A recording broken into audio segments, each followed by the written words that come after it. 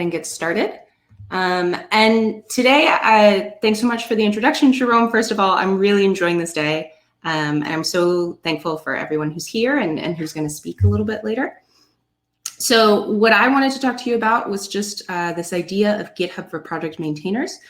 So I think a lot of people, maybe I've given a few of these lectures, have seen kind of the GitHub for users. And I think that's really, really crucial and super important to understand how you can use GitHub to just even interact with your own work over time. But I think there's an interesting layer of complication that comes in when you're a project maintainer. And I want to talk about how I think GitHub can make a lot of this process much smoother. And so maybe the first thing to do is kind of lay out what are the difficulties in being a project maintainer. I actually really like this comic from commitstrip.com. And it kind of shows the disparity between what a lot of people think is what project maintenance looks like for many open source communities and what project maintenance often actually looks like, or perhaps not often, but it can really look like. And so on the panel on the left, you can see there's a crowd of people and they seem to be dividing the work really excitedly. So they're like, you know, we're going to ship this feature tonight. We're going to divide into teams. I've been assigned to X team. I'm going to work on X feature. And then on the panel on the right, where you can see perhaps what maintenance does more often look like, at least, but perhaps not truly the most common, is one person alone in a room saying, I'm just going to do one more ticket before I go to bed. And so these are two really extreme scenarios, which is why it's a comic. But the grain of truth that I want to take away from this is that there's kind of a misperception, I think, for people who aren't familiar with open source. They think that these efforts, these efforts are driven by a large community, when often it's a smaller community, and they're not working on this as their primary job. This is instead something that's done in one's free time. And so what's really important is to think about how can we optimize this free time and make it so that it's a really better experience for everyone.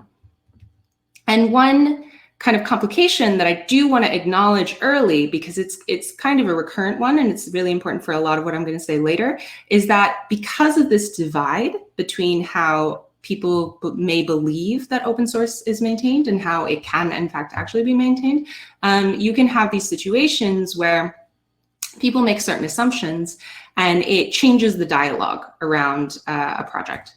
So this is a nod to the American expression, assuming makes an ass out of you and me.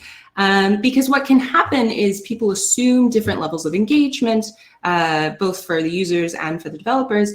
And it can breed, in the worst case scenarios, can breed resentment where people feel that they're not being respected for what they're bringing to a project. And so, you know, the worst case scenario is something like, I've got better things to do than work for people that feel entitled to my time and effort. And what I'm going to argue is that this discrepancy arises in part because the cost of a contribution is largely hidden. So when you see these two extremes of, you know, how I think open source is maintained and how open source is actually maintained, that comes about in part because the cost of a contribution for a maintainer and for a contributor to a project is really hard to ascertain at the outset. And I think we can adopt certain structures to both lower the cost and to make that cost a lot clearer. Okay, so what I'm saying, there's a cost of a contribution. What is the cost of a contribution? Well, I think the most important one to think about first is for a user or perhaps an irregular contributor. So someone who's come to your project and they'd really like to implement, you know, a new feature, as we talked about this morning, or something similar. What does it look like for them to contribute a feature? First, they have to understand all the infrastructure that you're using in your project. So they have to know all the programming and documentation languages used. They have to understand how to do push and pull requests on GitHub. And this in and of itself is not small. They have to be able to respect all the conventions you've adopted in your code base. So they have to be able to respect all the docstring and code linting styles. They have to be willing to implement a desired feature or bug fix. And here, we'll come back to this a little bit later, but I really push this idea of don't push your pull requests, which is the idea that you've kind of cleared with the team that a particular feature is within scope. They also, as an irregular contributor, would also need to be able to create reviewable work. So there's often a temptation when you're working on a new feature to change everything. I think I really liked the analogy Gael gave of going for the car, right? When you're just starting out with 2 wheels, if you go straight for the car, it can be really hard both to get there and to review the work that you're doing to try and get there, because that's a big jump. And so making sure that, when you're trying to do a contribution, you're creating something reviewable is not a small amount of work. And then time. This is a huge one for so many people in open source. Like I said, this isn't most of our main day jobs. This is something we do because we're passionate about it. And so finding time and having time is really, really a big cost. For a maintainer, the cost looks a little bit different because you presumably already, for example, know all the programming languages you're using in your own product, or your own project rather. Instead, you have to worry about things like maintaining infrastructure. So you have to worry about setting up and keeping continuous integration pipelines running. You have to think about triaging notifications. So if you have a high volume of submitted issues, you need to be able to figure out what are the highest priority, what can I deal with right away, and what can be worked on over time. Something we've talked a lot about this morning, which is so important, I just want to mention it again, is you have to think about how proposed changes will fit into your overall project scope. So how are you going to avoid feature creep?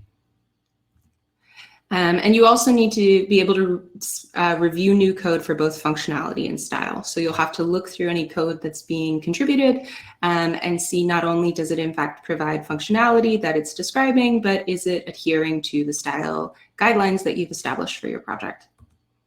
And again, time. This is the biggest shared one for everyone, right? Is just that finding time to be able to do all of this is not a simple task. And what I want to point out here, and what I think is often missed, is that this is not even the hard part. So I've laid out a lot of things that are really hard, but really the hard parts of open source are largely social. And this is because they happen online in large part, right? So online discussions lack tone or context that defines so much in-person interaction.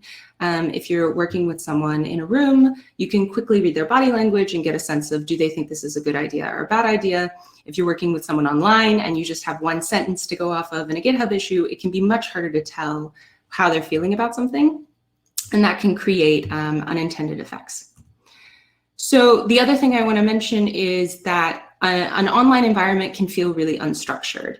And this is something we're not used to in most of our day-to-day environments. So for example, when we were all going into the lab, or if you're working in a company or something like that, there are known rules. And even when you're online, I just want to say that rules exist for every social environment, whether written or unwritten. And unwritten rules can create what's called a tyranny of structurelessness. And what I just want to highlight, that's a really complicated idea, and I love it, and I'd encourage you to read more.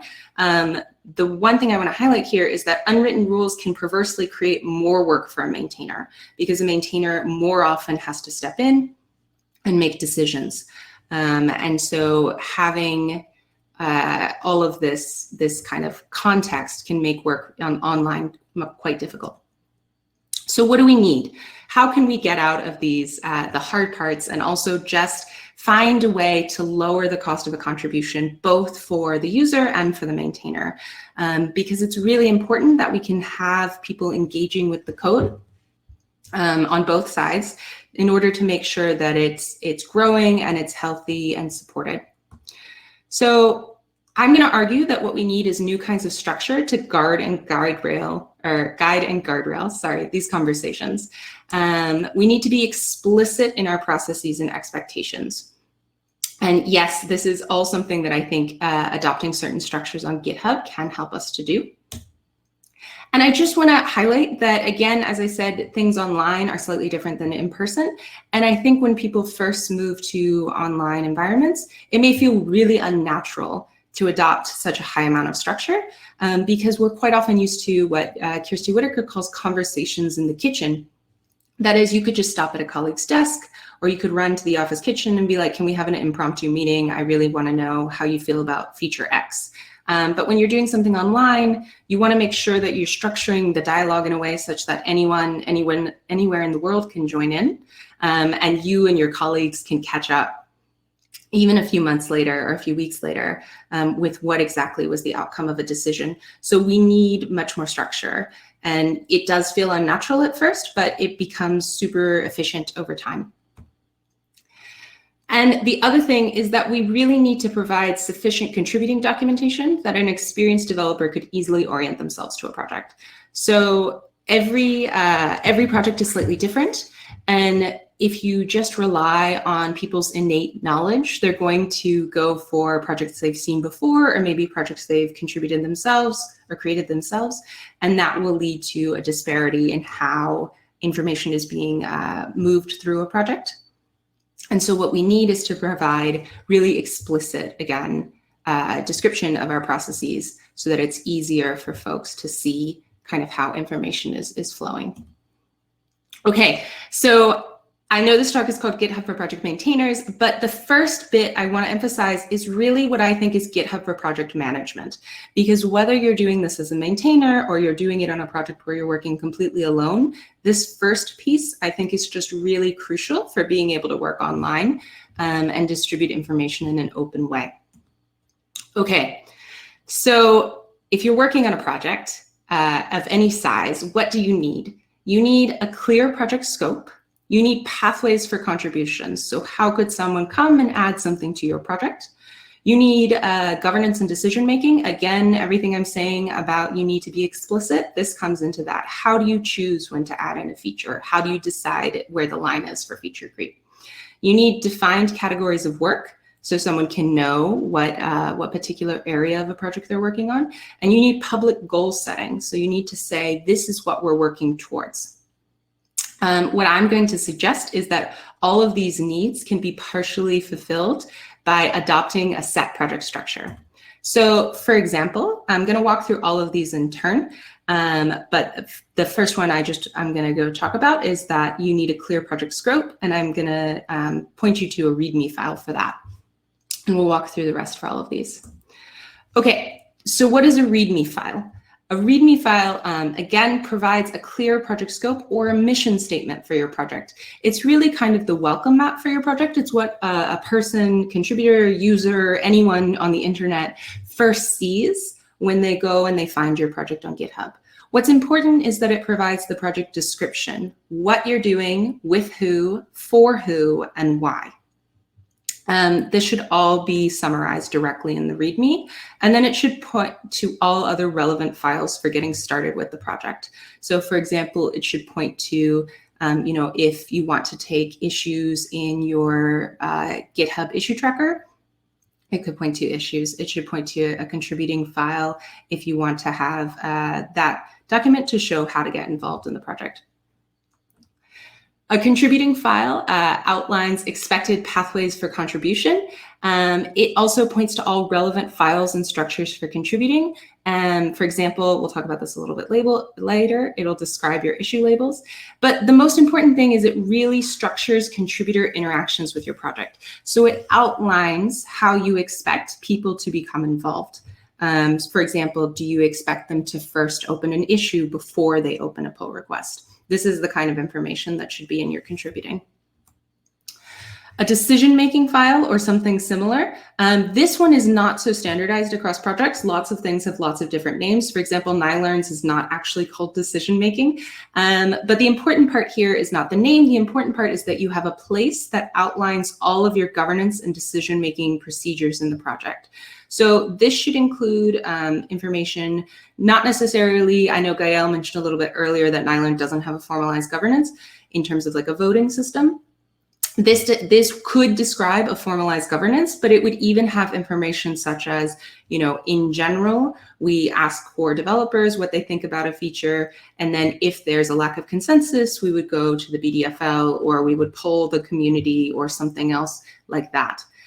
This is also a really great place to lay out information on decisions that are made at common transition points. For example, how release cycles are decided, when new core developers are onboarded, anything else that will commonly occur in a project that has specific implications. for the project's growth. Issue labels are something else that you need because we need to define categories of work for a particular project. So these can help define within a scope what are particular areas that are important. So for example, you could have something defining documentation. I know we talked a lot about surface plotting this morning. You could imagine a category of work that's all on surfaces, things like that. These are also useful to signal areas of a project that need particular attention or are well suited for certain kinds of contributors. For example, good first issues or needs review. And then finally in this section, milestones or project board. So it's really important that you have a form of public goal setting for your project. This is often traditionally thought of as a roadmap, which is where you lay out a long-term project vision. And for some projects, a roadmap really doesn't make sense in that the vision evolves perhaps too quickly. But you still need some kind of public goal setting. So something like milestones or project boards can be useful because you can organize ongoing work to show what you'd like to get done before you get to some transition point. And this is really, really useful because it allows users, contributors, basically everyone to understand your priorities for the project and your current focus. Okay, so if we have all of these files, the README, contributing, decision-making, milestones or project boards, and issue labels, we had this original cost of contribution for a user, but if you now have all this documentation available, the main cost of contribution for a user is time, because they can go and look at all of this information to learn more about the infrastructure, your conventions, to learn how they should know if something they're implementing is actually desired or within the project scope.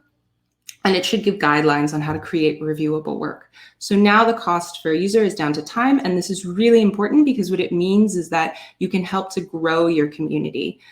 Because part of the thing we want to avoid is having one sole maintainer working on a project, because then in part, as Gael said, it becomes a monoculture and it just becomes really difficult on that person to maintain involvement over time. But I promised you there were costs for both users and maintainers. And if we look at the costs for a maintainer, most of what we've shown hasn't changed the cost here very much. So I do want to add a couple additional strategies that I think are really, really useful specifically for maintainers, in addition to everything I talked about already, that I think can help make project maintenance very smooth. So this is the part of the talk I promised you with the title, which is GitHub for project maintainers.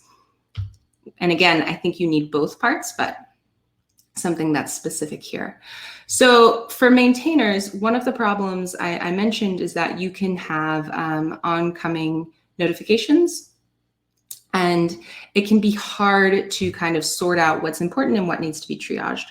And so one thing that I'd like to direct folks to is Neurostars, which I think is a really useful forum that's been created specifically for neuroscience. And it can be really useful for redirecting folks with questions about usage so that you move people off your GitHub issue board when they have questions about using your project, and you allow them to post in a more public space where not only maintainers are interacting, but also other users and really the broader community at large. This is a really, really useful strategy, because it helps reduce the number of notifications coming in, and it helps such that you can kind of build awareness of different features within your project that are commonly used.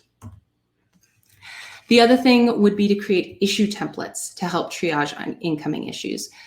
So this is a feature that GitHub offers where when users or contributors go to create a new issue on a project, it will automatically suggest certain kinds of information to pre-populate it with. And based on that information, you can do things like assign issue labels or assign specific maintainers who might have a strong skill set there to try and partition the work a little bit. Okay, And then the other thing would be to create appropriate expectations. So when we're talking about reviewing code and looking at code, something that can help here is to just be really clear about what you need. And so I was really vague earlier when I talked about this contributing file. This is the kind of information that could go in your contributing file. So for example, Bertram this morning had a lovely talk about documentation in Nilearn. If you're going to require documentation of any new feature with illustrative examples, which I think you should, this could go in the contributing file. Similarly, Chris, just after me, is going to talk about testing. If you're requiring testing, this expectation could go in the contributing file. And then Jerome, a little bit later this afternoon, is going to talk about continuous integration. And you can describe your continuous integration in the contributing file, explaining that it's going to run over all new submissions to check for their functionality. And you can also include continuous integration to directly lint your code. So to see if code conforms to the style standards that you've set out, it can be automatically checked on every pull request. And you can also say for new contributions that you really require these status checks to be passing. And this can help reduce load in iterating through different submissions so that you can understand a little bit better, how is this really going to impact the code base? Does it break my tests? Does the example pass? And then you can use that reviewing time that you have a little bit more effectively. Okay. And I did say that the hardest parts of these things are always social. So what can we do? How can we make the hard part less hard? I'm going to argue that what you should do here is think about how you can set a clear tone and expectations for project-related interactions. Sometimes this is done with a code of conduct. Sometimes this is done in your project description. What's really important is that it's done somewhere. That you just say, you know, we are expecting to be a welcoming and inclusive community, and we're committed to finding ways to make people feel that they can take ownership of the project if they are contributing to it. You can also help to provide more context to your discussions. So as I said, online, we lose a lot of context, not only in terms of body language, but also in terms of background. So you may not know the person that you're communicating with. You may not know kind of what their background is. But in an issue template, as I mentioned previously, it can help with triaging issues. Some of the information that you could request could just be, you know, it could be as simple as what's your operating system. It could be as complex as, can you tell me, you know, a little bit about your background? And you can use that to provide more context to the discussions that you're having to understand better where someone else is coming from. And then finally, if you're going to create a positive and inclusive community, which I think you should, then you really need to model your community norms. So say thank you. This is something that's so easy to forget, but it's so, so important. It's almost, I consider it almost the #1 rule of open source is just say thank you to people for taking the time and taking the effort to contribute to your project. Okay, so if we do all of this, where do we stand? So I do want to acknowledge that first cartoon where it's, you know, what do we think maintaining is versus what it's actually, there are a lot of challenges that have to do with project maintenance that something like GitHub can't solve. And those have to do around things like funding, priority setting, and mismatched expectations. But a bigger bulk of work, I think, can be solved by adopting an explicit, consistent communication throughout a defined GitHub workflow. This can really smooth interactions within a project. It can create a better experience for everyone, both contributing and maintaining, and it can create a really positive community who's supportive of your software. And because you are focusing on creating an inclusive community, this provides new pathways for new contributors to take ownership and to share project maintenance over the long term, which will allow you to, I think, Gael, your talk was called Live Long and Go Far. And that's really the goal here. Okay, just to summarize, I wanted to show again all the things that I think you need in an open project and how those can be redirected to structures directly on GitHub. And with that, I want to thank my supervisor, JB, my lab, Kirsty Whitaker, who is my mentor for Mozilla Open Leadership, and all of the Nilearn contributors and developers for all their work. And with that, I'd love to take questions.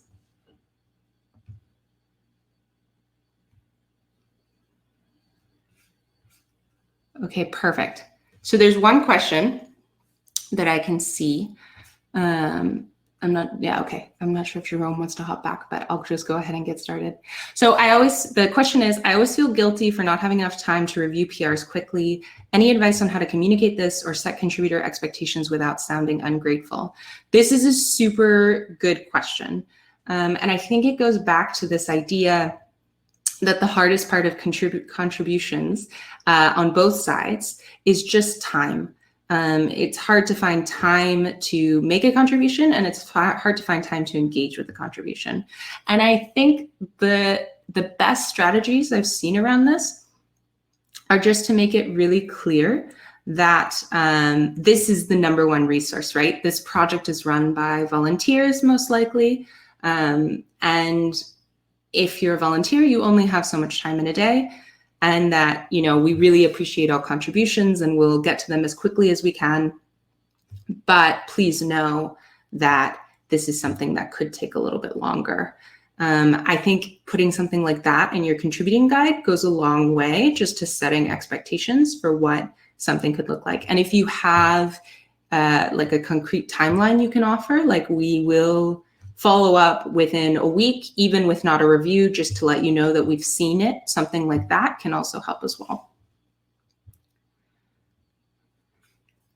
Okay. And please follow up if that wasn't a good answer, because I think that's a really, really important point. Okay, the next question is, what do you think should be updated in Nilearn to implement your recommendations?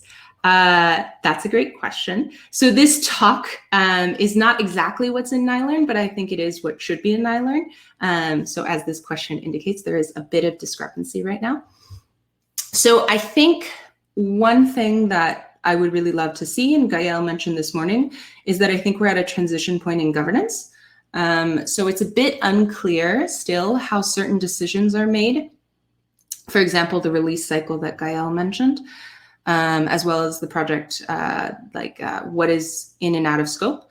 And I think that's natural, right? Like, I think that there was a long period of time where it was kind of internal to a lab and the decisions were just made in that way, and that made a lot of sense. But having it really explicitly written down allows a chance for the whole community to really engage with what's there and to see how is my idea going to be received? If I propose something new, what's going to happen? Who's going to make the final call on whether or not this makes sense for this project? So governance is something I would really like to see written down. The rest of it, I think we're actually doing quite well. So I want to go back.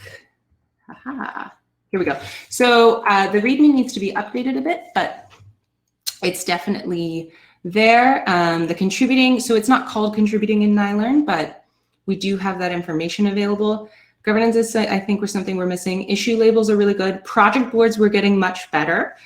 So for example, if you're coming to the sprint tomorrow and Thursday, which I highly recommend you do, Thomas Basile made a fantastic project board kind of outlining really important areas of work that could be worked on during the sprint. Issue templates, Shittage, I know, added those just a few months ago, and we also do interact quite strongly with Neurostars. And then acknowledging contributions. I think that's something that's so hard for every project, and there are different ways to do it. But I do know that at least the development team is quite good at saying thank you. I try to be. I know people are better than me, so yes. Other than that, I think we're on the right path, but there's always more you can do. Okay, Thomas asks a great question, which is, sometimes I feel GitHub issues can silo a bit discussion that should happen at a broader scale. Do you have any recommendations on how to make these discussions happen if needed? This is a great question too. And this, I think, has less to do with the fact that it's a GitHub issue in particular, and more to do with the fact that sometimes these are non-overlapping communities. I mean, they are overlapping, but in the day-to-day work, they're a bit non-overlapping. So, for example, I can think of Chris, who's going to talk next, is one of the lead maintainers on Nibabel, or Nibabel. I'm still not sure how you say it. But, you know, if we need a discussion to happen that affects both Nilearn and Nibabel, then having that discussion just in a Nilearn GitHub issue can make it difficult for Nibabel maintainers to be involved. And so there, I think what's really important is, if it's in a GitHub issue, recognizing who are the other parties who need to be part of the conversation, specifically reaching out to them, and then also advertising through a public forum. So here again, something like Neurostars can be really, really useful, because you can make an announcement. They now have an announcement channel, and you can just say, hey, we're really looking for feedback in this area. You know, could anyone with these interests or with these skills please chip in? Okay, and then one more question. What organization processes and tools, in addition to GitHub, there we go, would you recommend to better communicate between contributors and maintainers, but also between contributors and users? This is a great question, because I think there are a lot of different ways that this could be done. So something that I've seen and quite like is to think about something like a newsletter. So for example, Tadana does do a somewhat irregular newsletter, but the idea is that if you are, for example, cutting a release or of some other transition point or of a project, having just like a quick summary that you can distribute to the community, even though they may not check GitHub, almost everyone checks their email. And so having that kind of summary that you can make available to people quickly, that can be really useful. So I've seen newsletters really useful for that. Otherwise, I think going to where users are, for example, again, Neurostars, or common neuroimaging mailing lists. Like I know there's the NiPi mailing list. That can be really, really useful just to quickly reach people. But yeah, I think none of this is exclusive to GitHub, but because the reason I'm focusing on GitHub is because it's so popular, it's sort of the de facto standard. And there are good and bad aspects to that, but the good aspect is that a lot of this can be standardized across projects, and that people will be expecting to some extent, if they're active developers, to look in a GitHub issue. But of course, if they're not active developers, then thinking about other tools that they use, like email or like social media, like Twitter, can be really helpful to getting messages across.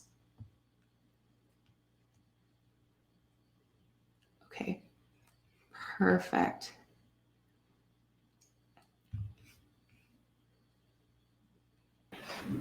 Nice. Yeah, sorry, I didn't have time to type it, but I had another question. Oh, yeah.